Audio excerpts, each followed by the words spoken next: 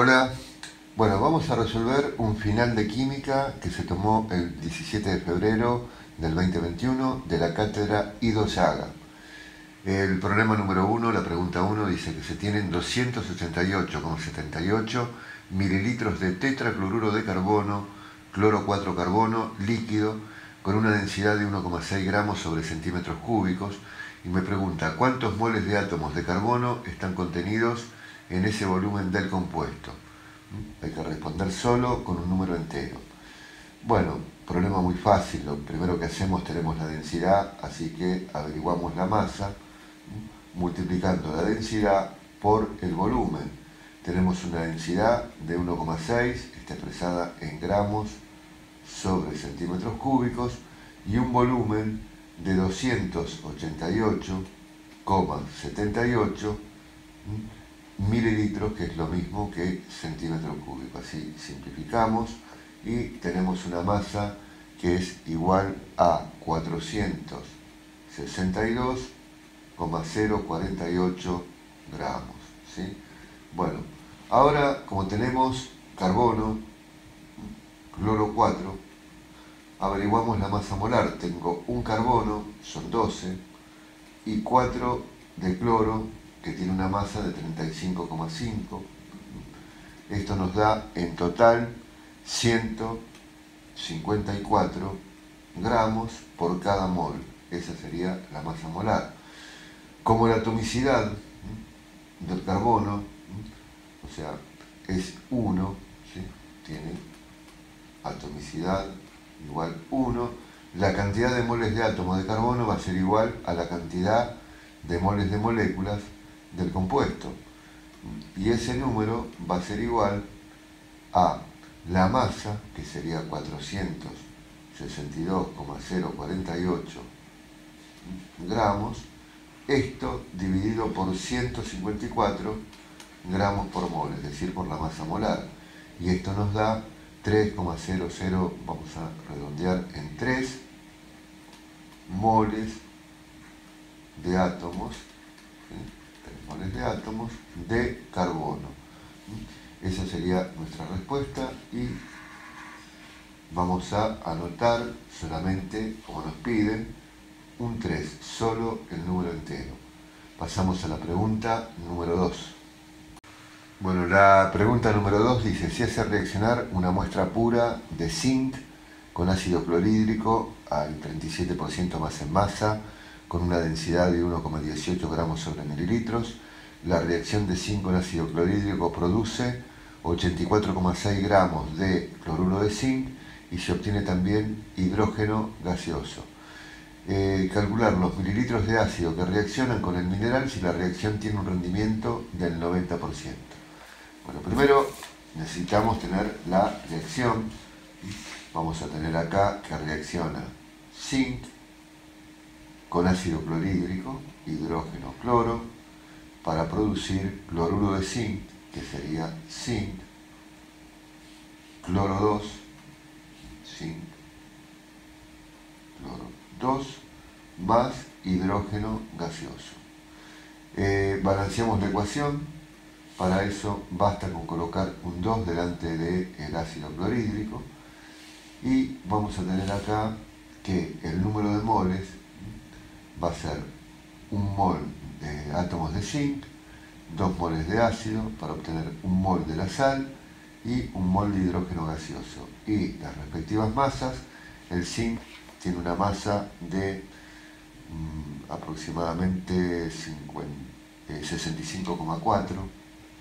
Vamos a poner 65,4 gramos. 2 moles de ácido clorhídrico van a tener una masa de 73 gramos. 73 gramos. El cloruro de zinc, tengo un mol, así que serían 136,4 gramos. 136,4 gramos. Y tenemos 2 gramos de hidrógeno gaseoso. Bueno, acá me dice que se produjo la reacción con un rendimiento del 90%. Entonces, si con el 90% yo obtuve, como me dicen, 86,4 gramos de cloruro de zinc, si hubiera tenido un rendimiento del 100%, rendimiento óptimo, hubiera tenido 94 gramos, ¿sí? Hubiéramos tenido 94 gramos de la sal. Entonces, vamos a calcular de qué masa de ácido, de cloruro de hidrógeno, partimos. Entonces, si para obtener, como dice la ecuación, 136,4 gramos de la sal, es decir, de zinc cloro 2, estamos utilizando 73 gramos de ácido clorhídrico o cloruro de hidrógeno, para obtener 94 gramos vamos a necesitar aproximadamente, nos daría 50,306, vamos a redondear a 50,31 gramos. Esto nos daría 50,31 gramos, ¿sí? Bueno, ahora esto está representando al 37% de la solución del ácido. Si el 37% posee una masa de 50,31 gramos, el total a utilizar de la solución ácida, el 100%, va a ser igual a 135,96. 135,96 gramos. Como tenemos la densidad, para averiguar el volumen, dividimos esa masa por la densidad. Así que vamos a hacer 135,96 gramos dividido 1,18 gramos por cada mol. Y eso nos da, gramos por mililitros sería. Gramos por mililitro, ¿sí? Entonces, esto nos da, se van los gramos, y vamos a obtener un resultado de 135, esto nos daría 115,22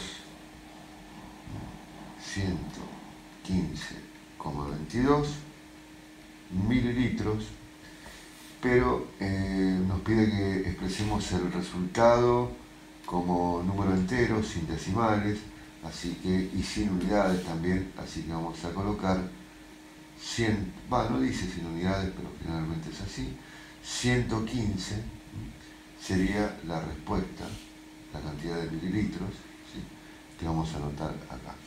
Pasamos ahora a la pregunta número 3. Bueno, la pregunta número 3 dice que, dadas las siguientes soluciones, me da una solución A, 250 mililitros de solución de ácido clorhídrico, 3,65% más en volumen, más 750 mililitros de agua. Una B, que son 300 mililitros de ácido sulfúrico, 0,05 molar, más 500 mililitros de agua. La C, 500 mililitros de solución de ácido perclórico, 0,01 molar, más 200 mililitros de agua. Y 100 mililitros de solución de ácido nítrico, 0,63% más en volumen, con 300 mililitros de agua. En todos los casos consideramos disolución total y tenemos que ordenar según los pH decrecientes estas soluciones. Bueno, vamos a averiguar los pH. Vamos con la primera, la A, vamos a hacer la A, ¿no? ¿Y qué es lo que tenemos? Tenemos, en primer lugar, que tiene una concentración de 3,65 gramos por ciento masa en volumen. O sea que hay 3,65 gramos de ácido clorhídrico cada 100 mililitros de solución. Bueno, entonces, ¿cuántos moles son estos? 3,65 gramos. El número de moles, hacemos 3,65 gramos, y la masa molar del ácido clorhídrico, tengo un hidrógeno y un cloro, sería 1 más 35,5, 36,5 gramos por cada mol. O sea que tengo 0,1 mol, ¿sí? pero eso lo tengo en 100. En 100 mililitros, según porque está en porcentaje más en volumen, yo tengo 0,1 mol. Como de solución tengo 250 mililitros, acá vamos a tener 0,25 moles. Pero yo ahora tengo un volumen total que sería de 1000 mililitros, ¿sí? ¿Por qué? Y la cantidad de moles va a quedar igual, porque yo tengo los 250, o sea, tengo 250 mililitros y tengo tengo por otro lado 750 mililitros de agua. 750 mililitros, o sea que de solución yo voy a tener 1000 mililitros y la cantidad de moles va a seguir siendo la misma. O sea que acá directamente la concentración, como es un ácido monoprótico, o sea, tiene un solo hidrógeno, la concentración de hidronios va a ser igual a 0,25 molar. Con esto averiguo fácilmente el pH, menos logaritmo de la concentración de hidronios, esto nos daría menos logaritmo del 0,25 y esto nos da aproximadamente 0,6, ¿sí? Y ahí tendríamos el pH de la A. Entonces vamos a poner en la A, tengo un pH de 0,6 para después ordenar. Vamos ahora a averiguar la B. Bueno, ya tenemos el primero, así que esto ya no lo necesitamos. Vamos a averiguar ahora qué pasa con la solución B, que es la de ácido sulfúrico.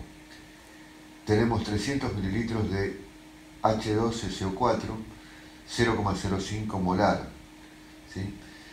Bueno, 0,05 molar quiere decir que yo tengo 0,05 moles en 300 mililitros, en 1000 mililitros, es decir, en un litro, ¿sí? Si en 1000 mililitros nosotros tenemos 0,05 moles, en 300 mililitros, ¿cuántos moles tenemos? Vamos a averiguar, entonces, acá tenemos 300 por 0,05 dividido por 1000. Esto nos va a dar 0,015 moles. 0,015 moles es lo que tengo en ese volumen de 300 mililitros.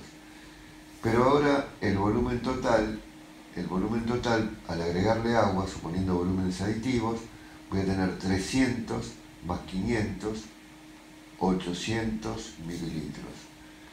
Si en 800 mililitros nosotros vamos a tener 0,015 moles, entonces en 1000 mililitros, para averiguar la molaridad, vamos a tener el resultado anterior multiplicado por 1000 y dividido por 800, nos daría 0,01875, sería 0,01875 moles. Pero como en esta solución de ácido sulfúrico, H2SO4, la molaridad del hidrógeno es 2, la concentración de hidronios va a ser igual al doble de la concentración del ácido. Así que el doble de 0,01875, y esto nos va a dar, multiplicamos por 2, y va a ser 0,0375. Entonces vamos a tener 0,0375 molar. Entonces el pH es el menos logaritmo de la concentración de hidronios y esto nos va a dar, vamos a calcularlo, menos logaritmo del resultado anterior y me da 1,425 sería el pH. 1,425 es el pH de la B. En la B tengo pH 1,425. Averiguamos ahora qué pasa con la C. eliminamos esto. La C es la del ácido perclórico. Bueno, y yo tengo en la C 500 mililitros y esto es 0,01 molar. O sea que en la C, si 1000 mililitros tienen 0,01 mol, 500 mililitros van a tener 0,005 moles de ácido perclórico. Al agregarle el agua, el volumen total, sumo los volúmenes y tengo 500 y 200, 700 mililitros. En 700 mililitros voy a seguir teniendo 0,005 moles. Entonces, en 1000 mililitros voy a tener una X cantidad y esto nos va a dar 0,007 aproximadamente 0,00714 molar. Bueno, como el ácido perclórico, hidrógeno, cloro, oxígeno 4 es monoprótico, tiene un solo hidrógeno, la concentración de hidronios va a ser igual también a 0,00714 molar. Y por lo tanto, el pH va a ser el menos logaritmo de la concentración de hidronios y esto nos estaría dando un pH de 2,15. Hasta ahora el más alto. 2,15 es el pH de la C. pH 2,15. Nos queda la D, la última, y después podemos ya ordenar. Vamos a trabajar ahora con la de ácido nítrico. La del ácido nítrico, la D, es 0,63% más en volumen.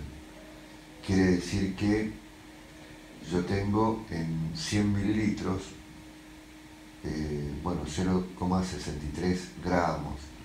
Como se trata de ácido nítrico, el número de moles es 0,63 gramos, que es lo que tengo en 100 mililitros, dividido la masa molar de 63 gramos sobre mol, y yo tengo acá 0,63 dividido 63, 0,01 moles. ¿Sí? Sería entonces 0,63 dividido 63, 0,01. Bueno, eso es lo que tengo en 100 mililitros. Y bueno, me dice que tengo 100 mililitros.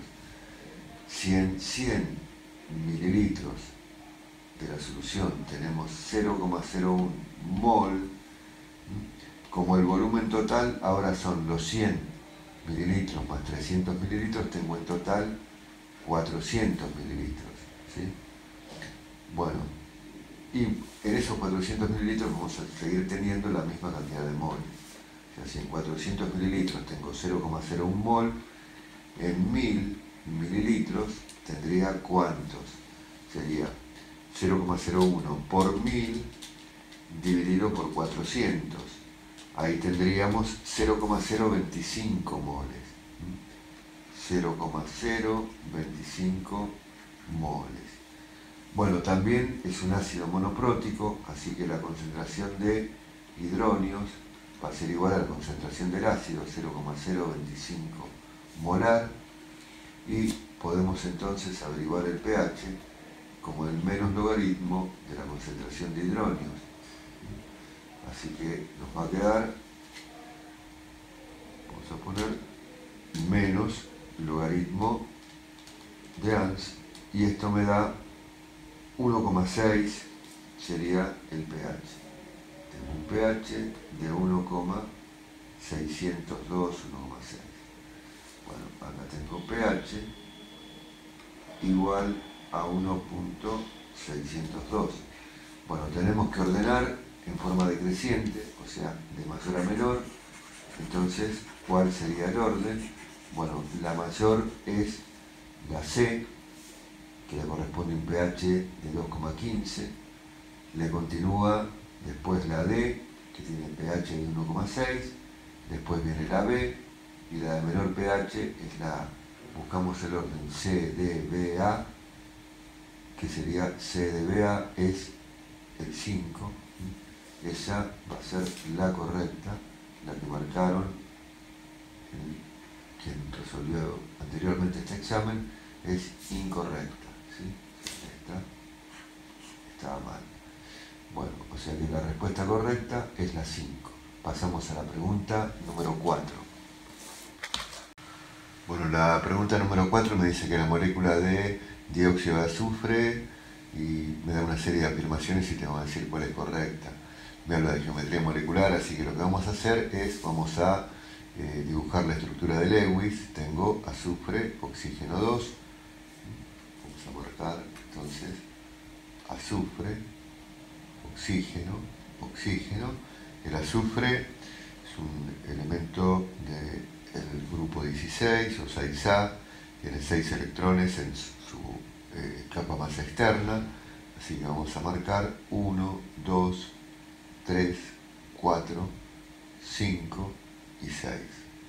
Bueno, entonces, con uno de los oxígenos comparte dos pares de electrones, ¿sí? O sea que tengo una unión covalente doble, ¿sí? Y del otro lado tengo una unión covalente dativa, ¿sí?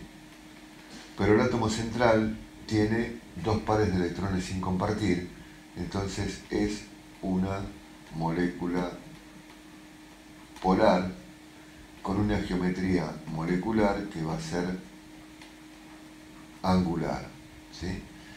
Bueno, acá las fuerzas intermoleculares, tengo fuerzas débiles de London y interacciones dipolo-dipolo.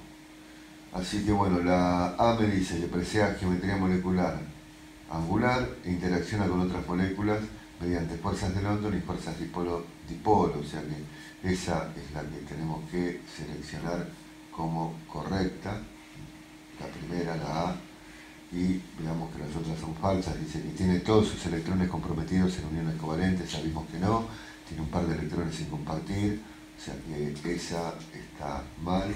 Bueno, ya vimos que hay una correcta, la C también, que dice que ninguna es correcta, está mal. Después la D dice que es una molécula polar con bajo punto de ebullición.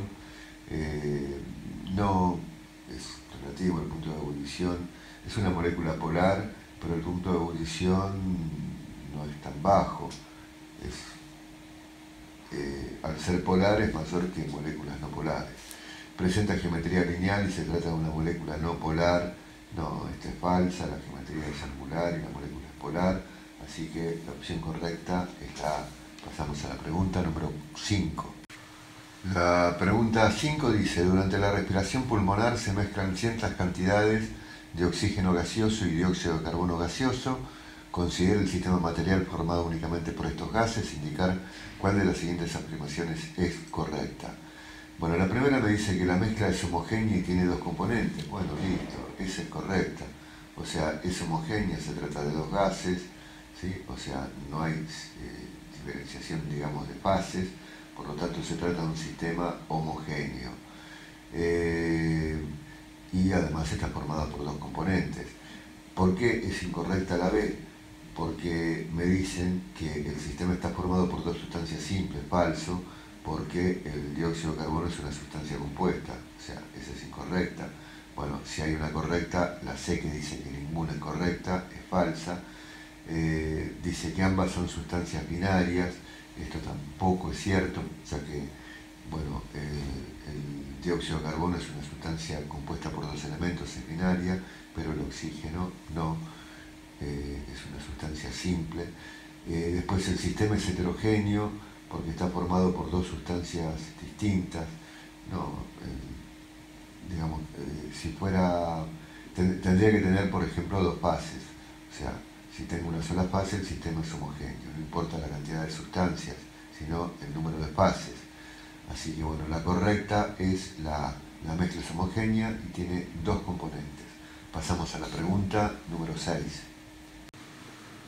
Bueno, el problema 6, la pregunta 6, dice que para la siguiente reacción química, dan una reacción potasio, manganeso, oxígeno 4, más peróxido de hidrógeno, dióxido de manganeso, hidróxido de potasio, oxígeno y agua serían los productos, y hay que indicar la opción que corresponda. Bueno, se trata, por lo que vemos en las respuestas, identificar el agente reductor, el oxidante, y para indicar el número de moles de oxígeno o de agua, como me están indicando, voy a tener que ajustar la ecuación, como se trata de una ecuación redox seguramente, por el método ion-electrón. Así que vamos a colocar los números de oxidación de cada elemento. En el permanganato de potasio tenemos el oxígeno con 2 menos, el potasio con 1 más, 4 por 2 menos 8, más 1 menos 7, el manganeso actúa con 7 más. En el peróxido de hidrógeno, en un peróxido, el hidrógeno actúa con 1 menos, el oxígeno con 1 menos y el hidrógeno con 1 más. En el dióxido de manganeso, 2 menos para el oxígeno y entonces 4 más, o sea que 2 por 2 me da menos 4, más 4, 0. Después acá tengo 1 más en el hidróxido de potasio para el potasio, 2 menos y 1 más. El oxígeno neutro está en 0 y en el agua 2 menos y 1 más. Identificamos el manganeso reduce su número de oxidación, por lo tanto ahí tengo la reducción, ¿sí? Ahí se produce la reducción y entonces la sustancia que contiene al elemento que se reduce sería el agente oxidante, ¿sí?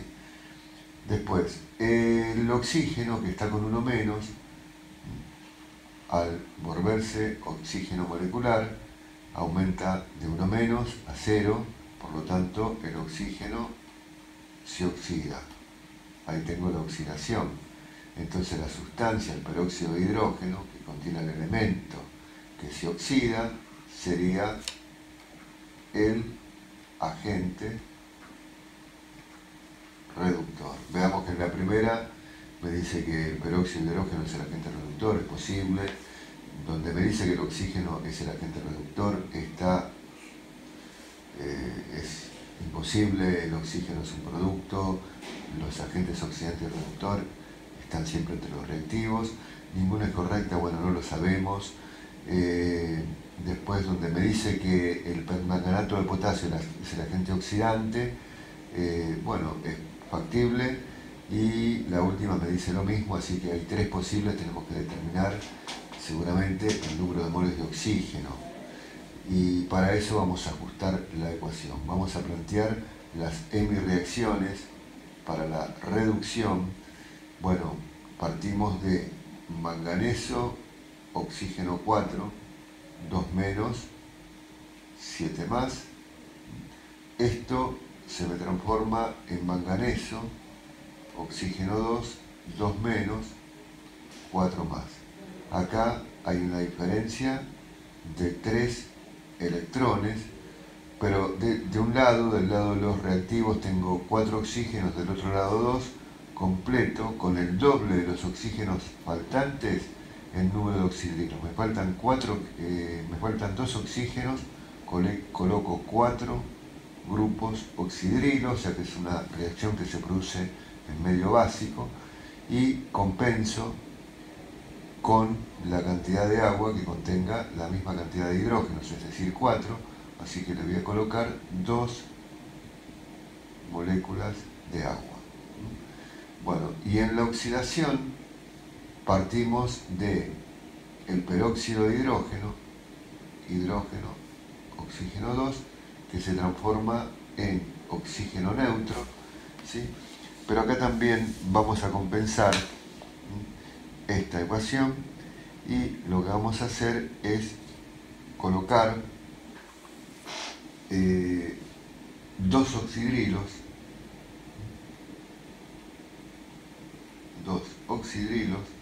del lado de los reactivos y le vamos a colocar 2 de agua y ahí veamos que queda balanceado del lado de los productos.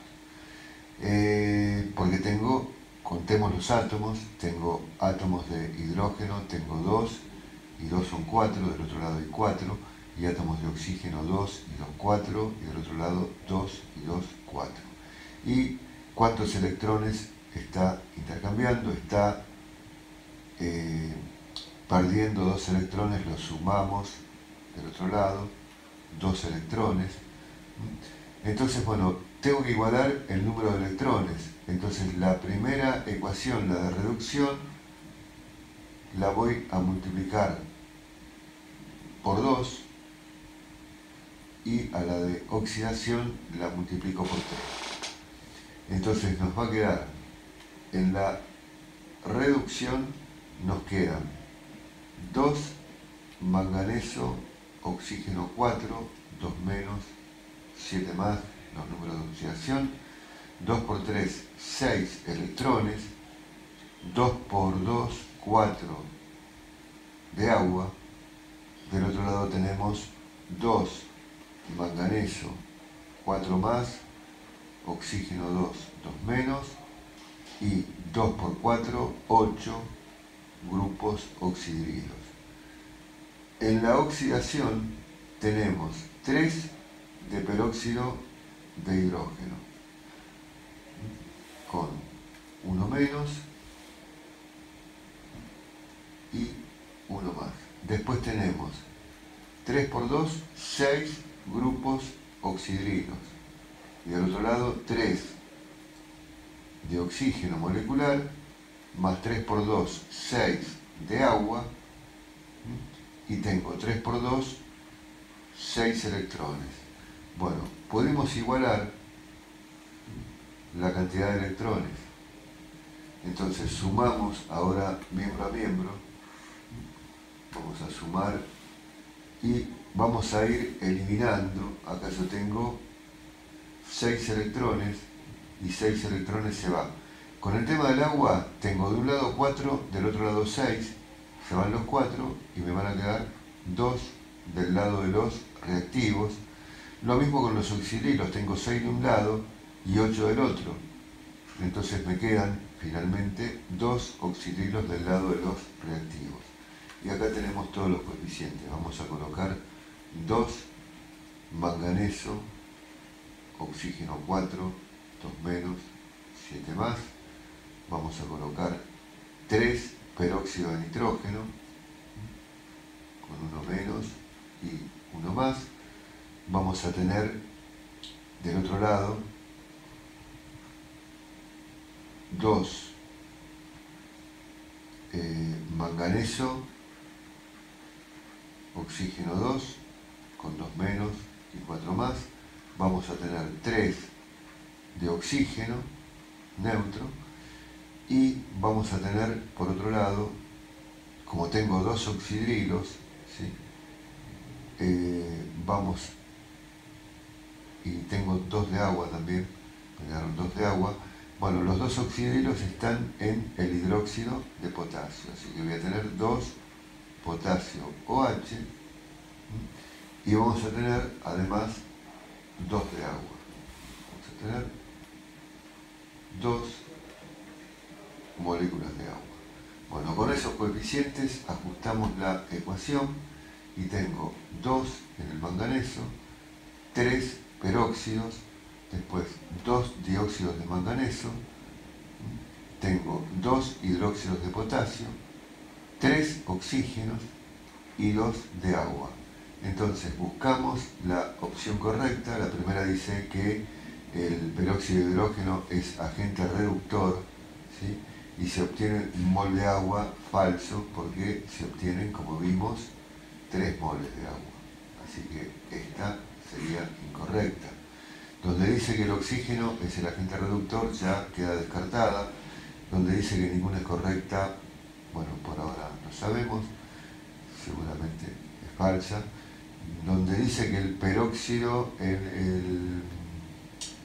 donde dice que permanganato de potasio es el agente oxidante, eso es correcto, porque se obtiene un mol de oxígeno es falso.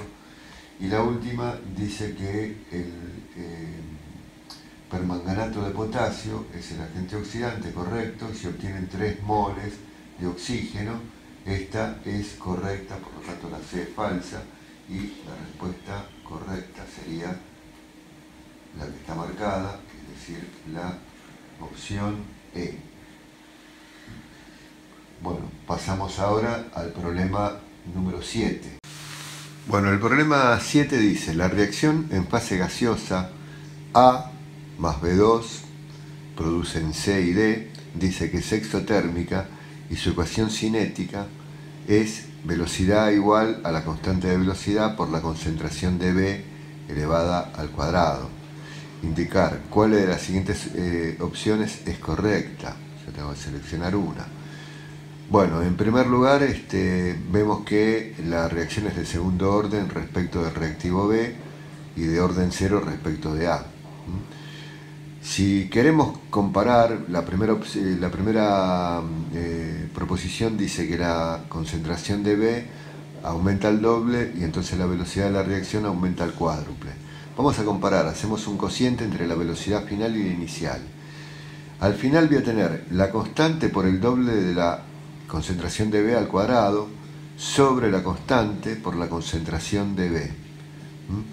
Esto sería, puedo simplificar la constante y me queda entonces 2 al cuadrado 4, concentración de B al cuadrado, sobre el cuadrado de la concentración de B. Simplifico la concentración de B, nos queda entonces que la velocidad final es 4 veces, si pasamos multiplicando, la velocidad inicial, por lo tanto se cuadruplica.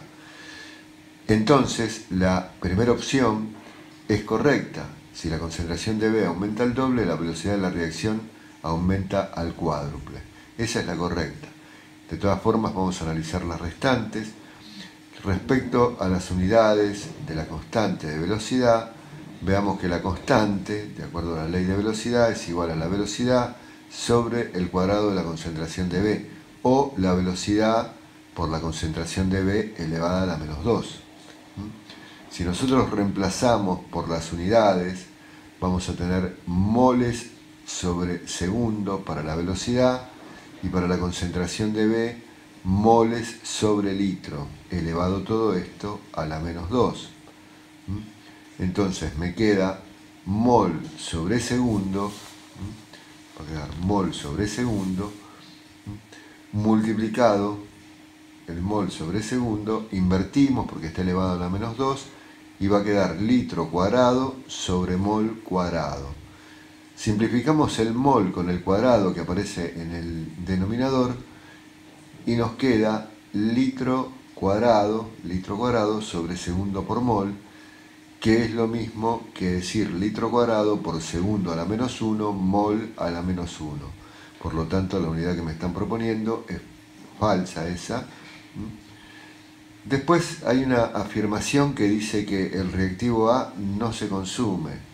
Bueno, eso también va a ser falso, ya que el reactivo A también se va a consumir, ¿sí? Aunque la velocidad no depende de la variación de concentración que sufra la ley de velocidad, no depende de la concentración inicial del reactivo A, ¿sí? De la variación de concentración. Bueno, y la otra afirmación dice que el reactivo B se consume más rápido que el A. Esto es falso porque veamos en la ecuación que tienen el mismo coeficiente estequiométrico, 1 y 1, por lo tanto se va a consumir con la misma velocidad y la rapidez, digamos, va a ser la misma. Esa es falsa. Y después la última dice que por ser exotérmica el aumento de temperatura favorece la velocidad de reacción. Falsa, porque si es exotérmica necesita desprender calor, liberar calor. Para aumentar la temperatura tenemos que entregarle calor y eso le pone un freno a la reacción directa, por lo tanto se ralentiza, se vuelve más lenta, así que esa sería falsa. Pasamos entonces a la próxima pregunta, la número 8.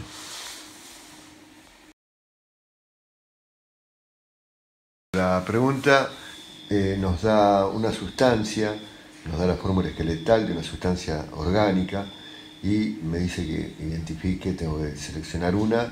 Dice, se trata de un hidrocarburo aromático, esa la descartamos, es falsa porque no aparece el núcleo bencénico.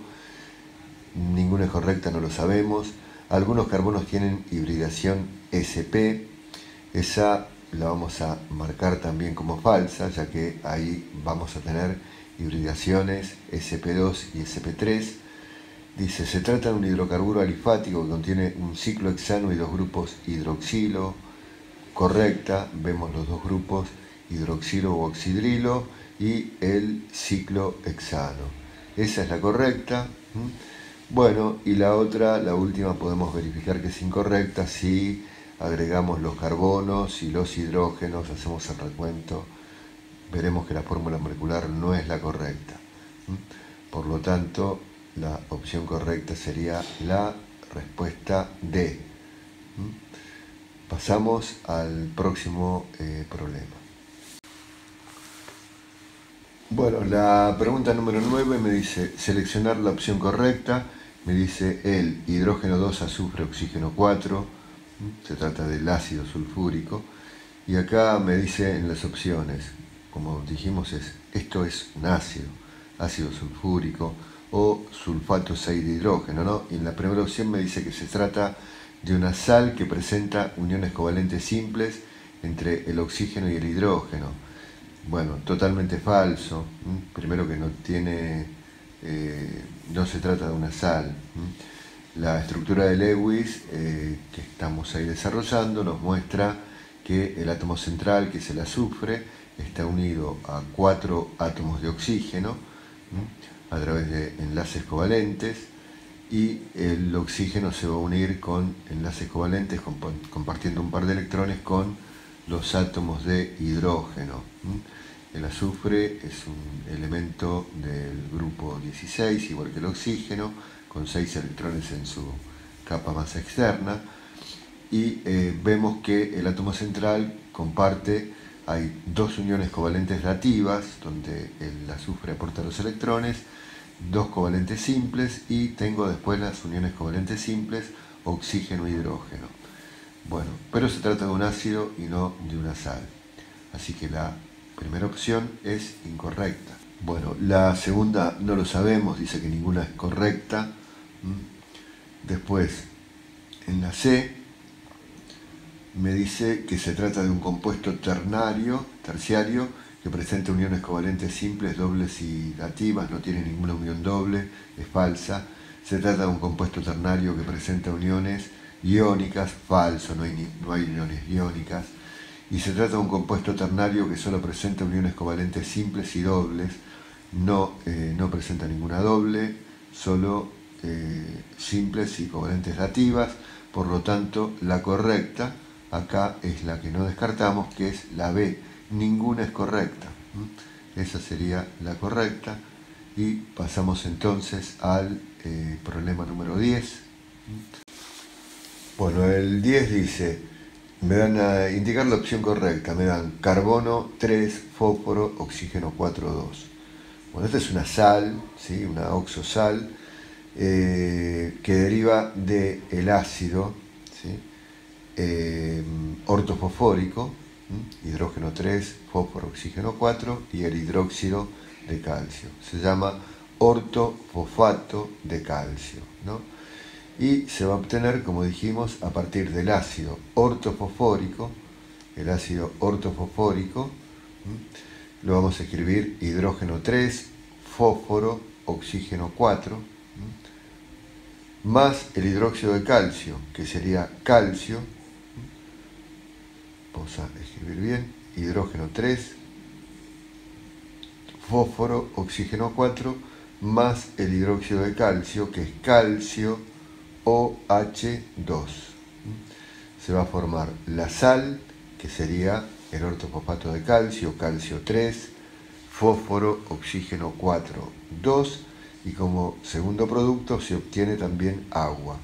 Incluso podemos balancear la ecuación colocando un 3 delante del hidróxido, vamos a colocar un 2 delante del ácido ortofosfórico, y voy a tener entonces 2 por 3, 6 y 6, 12 hidrógeno, por lo tanto un 6 delante del agua. Así que la primera me está hablando del pirofosfato y por lo tanto la vamos a marcar como falsa, se trata de ortofosfato. Ninguna es correcta, no lo sabemos. Después dice, una sal que se obtiene a partir del ácido fosforoso no estaría obteniendo el fosfito de calcio. Se trata de un oxoácido, producto de un ácido más agua. No, se trata de una sal. Y él dice, es ortofosfato de calcio y se obtiene a partir de, está bien, H3PO4 y el hidróxido de calcio. La correcta es la opción E. Bueno, la pregunta 11, la anteúltima, dice, ¿cuántos mililitros de una solución de ácido carbónico al 10% más en masa con una densidad de 1,24 gramos sobre mililitros se deben utilizar si se quieren preparar 2 litros de solución 0,2 molar, expresar el resultado en mililitros y sin unidades? Bueno, tenemos el ácido que tiene una masa molar, la calculamos, son 2 más 12, 14, más 48, 62 gramos por mol, es la masa del ácido carbónico, la masa molar, 62 gramos por cada mol. Bueno, eso lo vamos a utilizar para averiguar la molaridad con una relación muy simple. La molaridad inicial va a ser 10 por el porcentaje en masa por la densidad de la solución dividido la masa molar del soluto. Así que vamos a reemplazar y vamos a tener 10 por 10 por 1,24, que es la densidad, dividido 62, que sería la masa molar del soluto, y nos da 2 molar. Bueno, 2 molar es la molaridad inicial.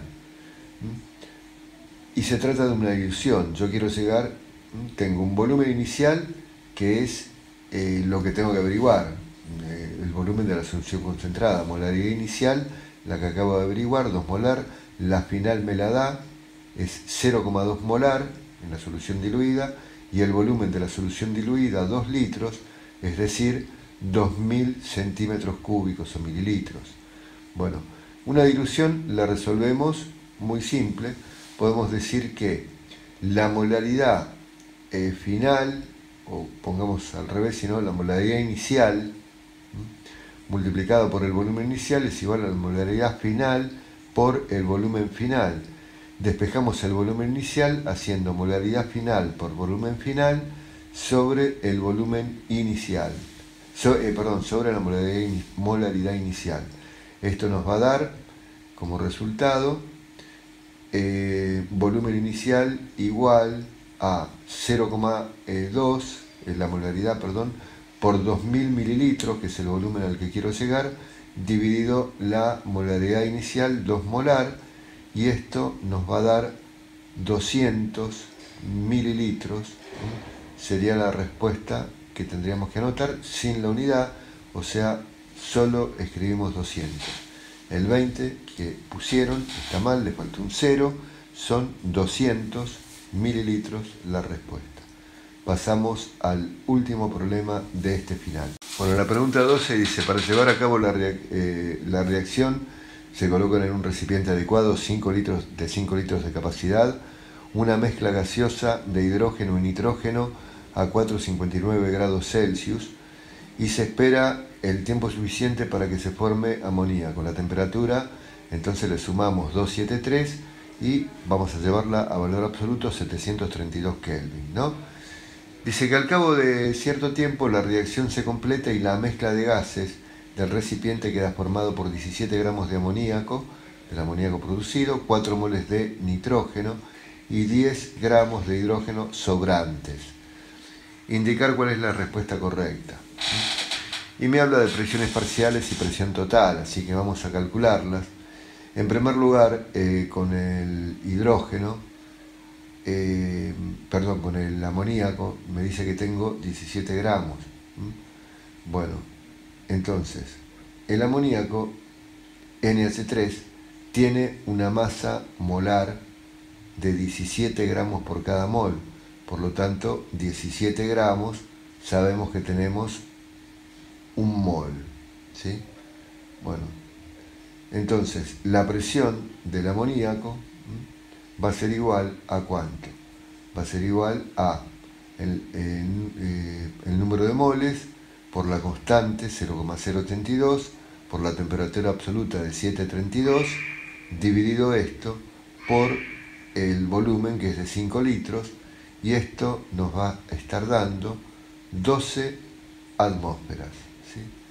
12 atmósferas es la presión que ejerce el amoníaco. Vamos a averiguar ahora para el nitrógeno, y tengo 4 moles ahí directamente, así que la presión de nitrógeno sería lo mismo, 4 por la constante R por la temperatura absoluta dividido el volumen, y esto nos da 48 atmósferas. Y por último calculamos para el hidrógeno, donde tenemos, según el problema, 10 gramos, y 10 gramos, bueno, 2 gramos son un mol, entonces 10 gramos serían 5 moles, 5 moles. Entonces la presión de los 5 moles del hidrógeno sobrante va a ser 5, el número de moles, por la constante de los gases, por la temperatura absoluta, dividido por el volumen. Esto nos da 60 atmósferas. Por lo tanto, si nosotros sumamos y tenemos una presión total, tendríamos una presión de 12 más 48 más 60, 120 atmósferas. Vamos a ver las opciones. La primera dice que la presión parcial del hidrógeno es 120, no, esa es la total, así que la afirmación A es falsa. La presión total del sistema, 75,3, también es incorrecta. La presión parcial del hidrógeno, 0,5, está mal. La presión parcial del nitrógeno es 0,4 y la presión parcial del amoníaco, 12 atmósferas. Esa es correcta. Y acá finaliza el parcial.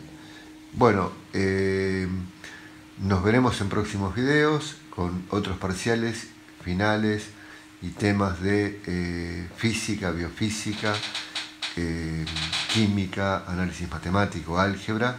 Así que bueno, si alguien tiene alguna consulta o quiere enviar alguna sugerencia para próximos videos, puede hacerlo comunicándose con Centro de Estudios GR a través de los datos que figuran en el canal. Gracias y hasta el próximo video.